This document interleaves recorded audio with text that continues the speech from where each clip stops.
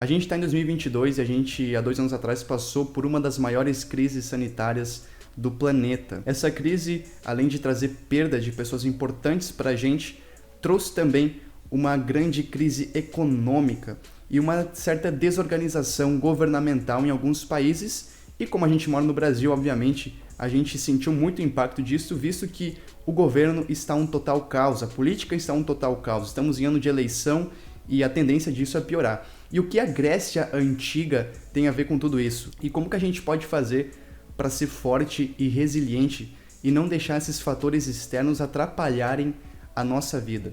Porque é muito fácil hoje você se preocupar muito, você ficar ansioso e, consequentemente, estar em depressão, até porque a gente não tem certeza nenhuma do amanhã, se a gente vai estar bem, se a gente vai estar de novo numa pandemia. Eu vou te mostrar hoje o que o estoicismo tem a ver com todo esse contexto. Existe uma grande semelhança da época em que o estoicismo foi criado e os dias de hoje, e como que eles fizeram para lidar com esses momentos difíceis de fato.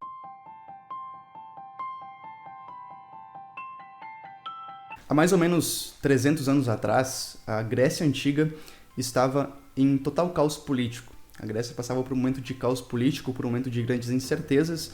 Então, filosofar sobre a política em si já não fazia mais sentido. Então, as filosofias voltaram-se muito mais para o indivíduo, ou seja, para nós mesmos, para o autoconhecimento. Então, Zenão de Sítio, através de análises sobre as obras de Sócrates, começou a se perguntar, como que eu posso usar isso? Como é que eu posso usar essas reflexões de Sócrates para ter uma vida mais tranquila, uma vida mais leve? Então Zenão de Sítio cria a escola estoica.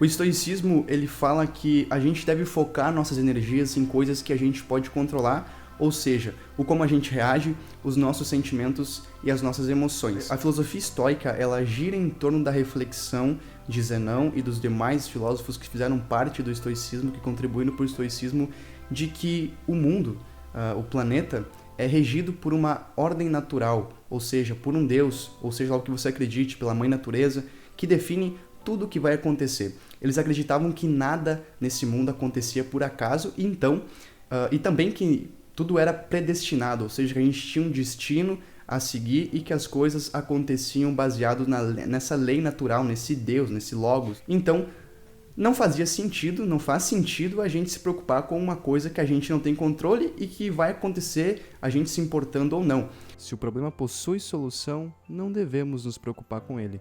E se não possui solução, de nada adianta nos preocuparmos. Epiteto, ele nasceu escravo, então é uma pessoa que, visto que a gente está falando de uma filosofia que fala de ser feliz acima de tudo, faz todo sentido, né? Ele defende muito bem a tese porque eu acredito que não tenha sido fácil ser escravo, ainda mais aleijado. Ele nasceu escravo e depois de adulto ele foi solto, e o que a gente conhece de Epiteto, o que a gente sabe sobre ele, foi por causa do historiador Arriano, que teve o cuidado de anotar tudo o que ele pensava, as coisas que ele pensava, e posteriormente lançar o livro Entretenimento.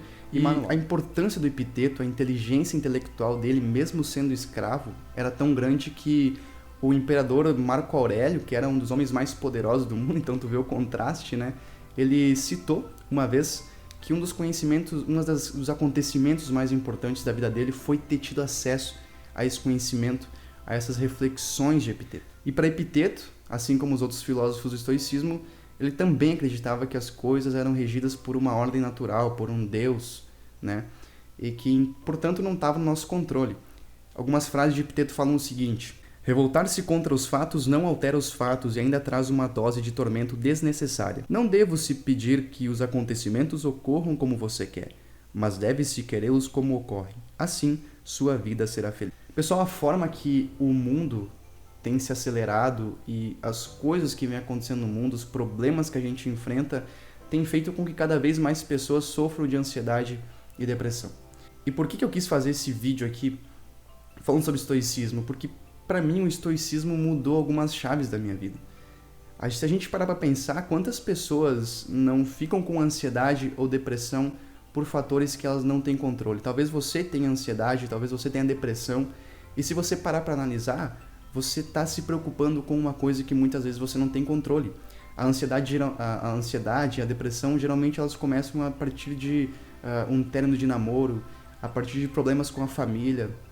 De repente você ficou em depressão porque você não tem certeza do seu futuro, você não consegue ser feliz porque você não se encontrou, porque seus amigos te deixaram, porque você brigou com a melhor amiga, você não consegue perdoar ela.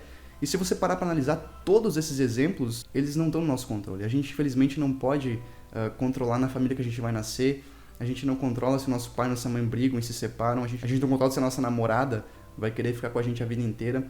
Então, muitas vezes, no meio da nossa vida, nessa correria que a vida é, a gente esquece de focar nas nossas emoções, no como a gente reage. Então, e baseado nisso, pessoal, a gente vê que muitas vezes a gente fica preso à nossa própria mente, aos nossos próprios pensamentos, que para mim é uma das coisas mais perigosas, os nossos pensamentos, a forma com que a nossa mente tem a capacidade de jogar para você muitos pensamentos merdas, principalmente quando você tá mal. E para mim, Epiteto é um dos caras mais importantes dessa filosofia, um dos caras mais importantes pra minha vida, porque depois que eu conheci essa filosofia, como eu falei, mudou muito a minha forma de ver o mundo.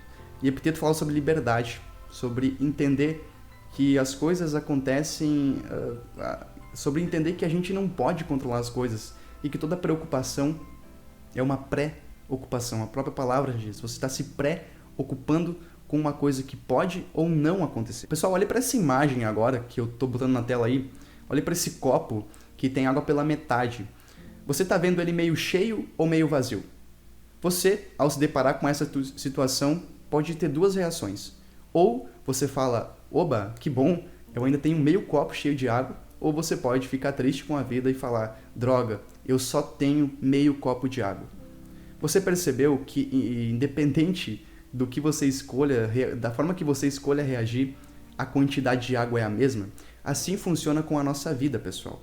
Independente da percepção que a gente tem, seja ela positiva ou negativa, o fato em si não muda. O que muda é as nossas emoções. É como a gente decide reagir àquele fato. E uma coisa bacana a gente entender também, que complementa essa filosofia sobre a neurociência, é que todo pensamento gera uma reação fisiológica. Então, quando a gente está triste, a tendência é que a gente fique mais assim, né? Falando um pouco mais baixo, mais desanimado. Por outro lado, quando a gente está feliz, a gente fica mais aberto para o mundo, a gente fica com o peito mais aberto, receptivo. Então, o que acontece na nossa mente reflete total no nosso corpo, pessoal. Por isso que pessoas com depressão a gente consegue ver a quilômetros de distância, porque elas são pessoas mais fechadas, mais tristes, mais cabisbaixas, falam mais tranquilamente, falam mais tristes. A gente precisa entender também, pessoal, que a gente sofre muito mais na imaginação do que na vida real. Quantas vezes você não ficou...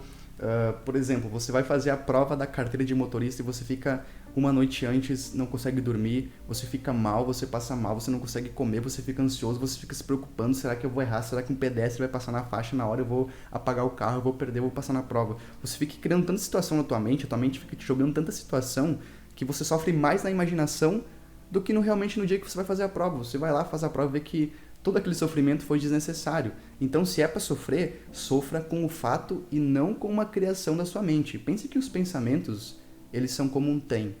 O trem passa, então o pensamento da ansiedade está vindo, o pensamento ruim passa e logo ele vai embora. E logo você pode substituir esse pensamento por outro, pode mandar vir outro trenzinho. E a melhor forma de fazer isso é se distraindo, pessoal. E, pessoal, eu poderia ficar horas aqui falando sobre o estoicismo, mas eu acho que deu para você ter uma base. É importante que você pesquise mais a fundo sobre o estoicismo para você entender melhor isso, mas eu espero que você entenda e que você tenha uma percepção de que você não pode controlar os fatores externos, então foque as suas energias em conhecimento, em autoconhecimento, em tentar reagir bem, independente da situação. Lembra do exemplo do copo, pessoal. Quando tiver uma situação difícil na sua vida, lembre do exemplo do copo. Pense, será que eu posso ver a situação como uma situação difícil e que vai fazer mal para mim? Ou eu posso ver essa situação como uma oportunidade para aprender? Quando a gente termina um relacionamento, é uma grande oportunidade de você aprender a ser feliz sozinho. Você às vezes ficou 10 anos com aquela pessoa e agora você está sem ela. Você pode pensar... ai meu Deus, eu nunca mais vou encontrar ninguém, a minha vida acabou porque eu vou fazer tudo com ele. Ou você pode simplesmente pensar que beleza, eu vou pegar o que eu aprendi de bom e agora eu vou começar a viver a minha vida para mim. Mas existe uma dualidade no universo. Não existe sombra sem a luz, não existe o frio sem o calor. Porque a gente só sabe o que é frio porque a gente sabe o que é calor. Não existe o bem sem o mal, pessoal. Então pense que não existe aprendizado sem que a gente passe por uma dor, por uma perda. Então pense que os problemas são iguais às oportunidades e é você quem escolhe ver eles como problema. Não reclame muito da vida. Eu vejo que muita gente às vezes fica no Instagram postando que que minha vida tá um lixo, e ela tá um lixo sim por culpa sua, porque você tá escolhendo ver ela como um lixo, e eu sei que às vezes é doído ver isso, mas é verdade. Então, se a sua vida tá um lixo, é culpa sua. Eu sei que dói ouvir isso às vezes, mas às vezes é o que a gente precisa, pessoal. É entender que a gente entrou num momento ruim, mas que a gente pode sair. Que a gente tá num momento difícil, mas que a gente pode ficar mais forte, se preparar, é um processo e saindo disso. Então é entender, pessoal, que independente, é ter esse pensamento que independente da situação, eu vou ser feliz, eu vou ficar tranquilo, eu vou reagir bem, eu vou pensar com lógica e não tanto com sentimentos. Eu sei que é difícil entender isso, mas se você começar a programar sua mente para pensar um pouco assim, talvez você possa viver uma vida mais tranquila e atingir a felicidade que Epiteto tinha, a liberdade que Epiteto tinha. A morte, portanto, o mais terrível dos males, não é nada para nós, visto que quando existimos, a morte não chegou. E quando a morte chegou, nós não existimos. A principal tarefa na vida é simplesmente esta: identificar e separar as coisas para que eu possa dizer claramente a mim mesmo quais são as coisas externas que não estão sob o meu controle e quais têm a ver com as escolhas que eu realmente controlo. Onde então procuro o bem e o mal? Não as coisas externas incontroláveis, mas dentro de mim, nas minhas próprias escolhas.